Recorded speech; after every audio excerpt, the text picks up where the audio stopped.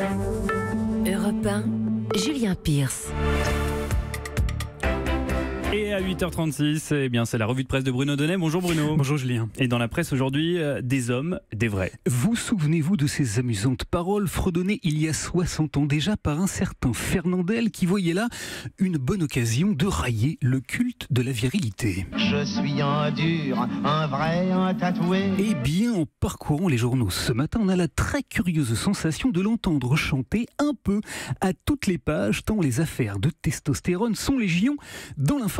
Et la toute première, vous la trouverez en une de l'Obs qui consacre cette semaine sa couverture à un problème épineux, être un homme.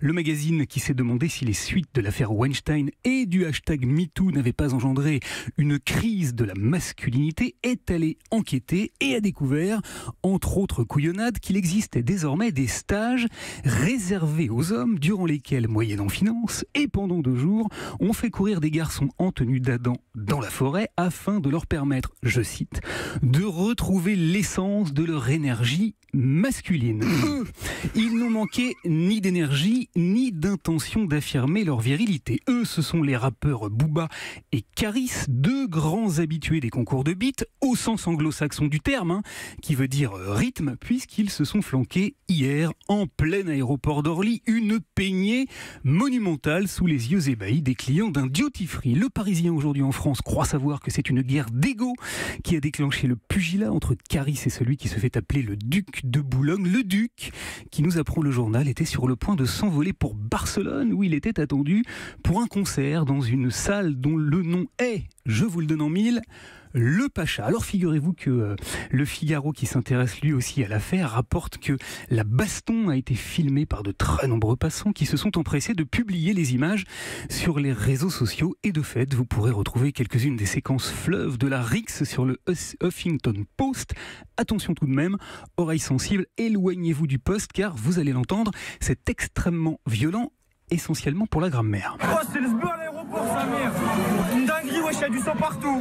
Voilà, une dinguerie en effet. Et pour information, Julien, sachez que le sbeul, ça veut dire le bordel. D'accord, le sbeul, quel joli mot. Alors du chambardement sur fond d'excès de testostérone, Bruno, vous en avez également trouvé à la rubrique étranger de nos journaux. Oui, car du sbeul, il y en a eu aussi hier à l'aéroport de Kinshasa. C'est le Figaro qui rapporte la scène et qui décrit comment en République démocratique du Congo, le retour de Jean-Pierre Bemba, un homme qui ambitionne de devenir le prochain président du pays, a suscité une vive agitation. Il faut dire que Bemba a de la démocratie une conception plutôt virile, puisque comme le souligne Tanguy Berthemet, l'homme a été condamné à 18 ans de prison par la Cour pénale internationale pour avoir réprimé dans le sang et en 2007 un mouvement de contestation qui avait fait la bagatelle de 250 morts. Voilà, et puis si vous êtes amateur de sbeul toujours, mais sans violence cette fois, eh bien vous pourrez lire l'Humanité qui raconte comment l'association Les Amis de la Terre est allée flanquer une joyeuse panique hier dans le rayon informatique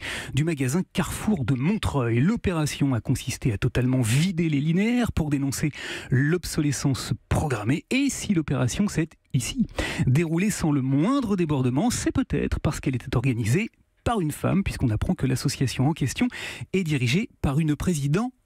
Oui, une précision nécessaire, Bruno, car si l'on en croit la presse, les présidents mâles seraient en délicatesse eux aussi avec certains attributs de la virilité. C'est Gérard Biard qui s'est emparé dans Charlie Hebdo des suites de l'affaire Benalla et qui consacre son édito à la réaction d'Emmanuel Macron. Les roubignoles en marche, titre notre confrère qui n'a pas aimé du tout la petite phrase de notre président lorsqu'il a déclaré, vous vous en souvenez, qu'ils viennent me chercher. Venez me chercher si vous avez des couilles. C'est la traduction que Biard donne donc à cette charmante saillie, au sujet de laquelle il s'empresse d'ajouter: bref, Macron en a 2, il les pose sur la table et n'hésite pas à faire du Trump. Alors de Donald Trump et de sa politique très hormonée, eh bien, il est également très largement question dans la presse. Le New York Times américain consacre d'ailleurs ce matin un papier épatant à ce qu'il appelle la phase impériale de Trump. L'article est du reste astucieusement titré « Waiting for César », en attendant César, vous aviez tous compris. De son côté, La Croix nous explique comment Trump a torpillé l'enquête russe. Vous voyez que le vocabulaire est toujours très musclé. Toutefois, le papier le plus intéressant, eh bien, vous le trouverez dans le mensuel GQ, qui nous fait découvrir comment, à la fin des années 80, Trump est devenu le manager du boxeur Mike Tyson, dont le punch et les biscottos l'ont beaucoup inspiré. Enfin, et si vous en avez ras-le-pompon de toutes ces histoires de bonshommes, eh bien vous pourrez aller vous réfugier dans la lecture du 1 qui consacre son tout dernier numéro à la scientifique Marie Curie. Ça vaudra nettement mieux que le énième test neuneux de Cosmopolitan qui, en 2018 encore, propose aux femmes de découvrir quel flirt il leur faut. Et puis pour terminer, et si les dérives sexistes vous intéressent, eh bien sachez que Mediapart publie le palmarès des déclarations les plus scabreuses des politiques.